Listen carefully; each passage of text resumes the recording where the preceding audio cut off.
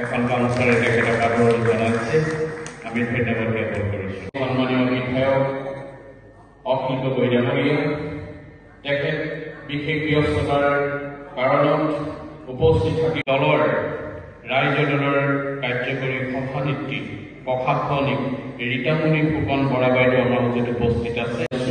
আৰু আলোচনী সমিতিৰ তৰফৰ পৰা তেখেতক জিলা সাহিত্য সভাৰ 2023 আৰু 25 আৰু শুভ উদ্ঘাটন কৰা হয়। মাত্ৰ 9 মাহৰ ভিতৰত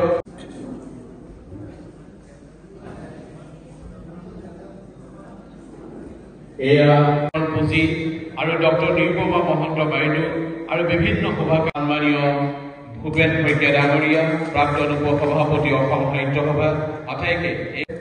শিৱসাগৰৰ ৰূপমান জনাবৰ কাৰণে জিলা সাহিত্য সভাৰে মই এখন চেলেঙ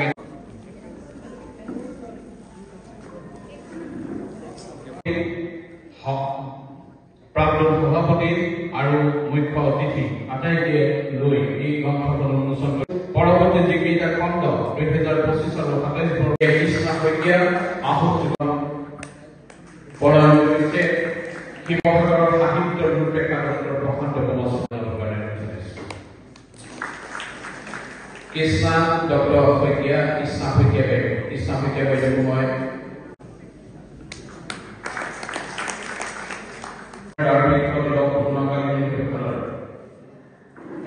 স্মৃতি গ্ৰন্থ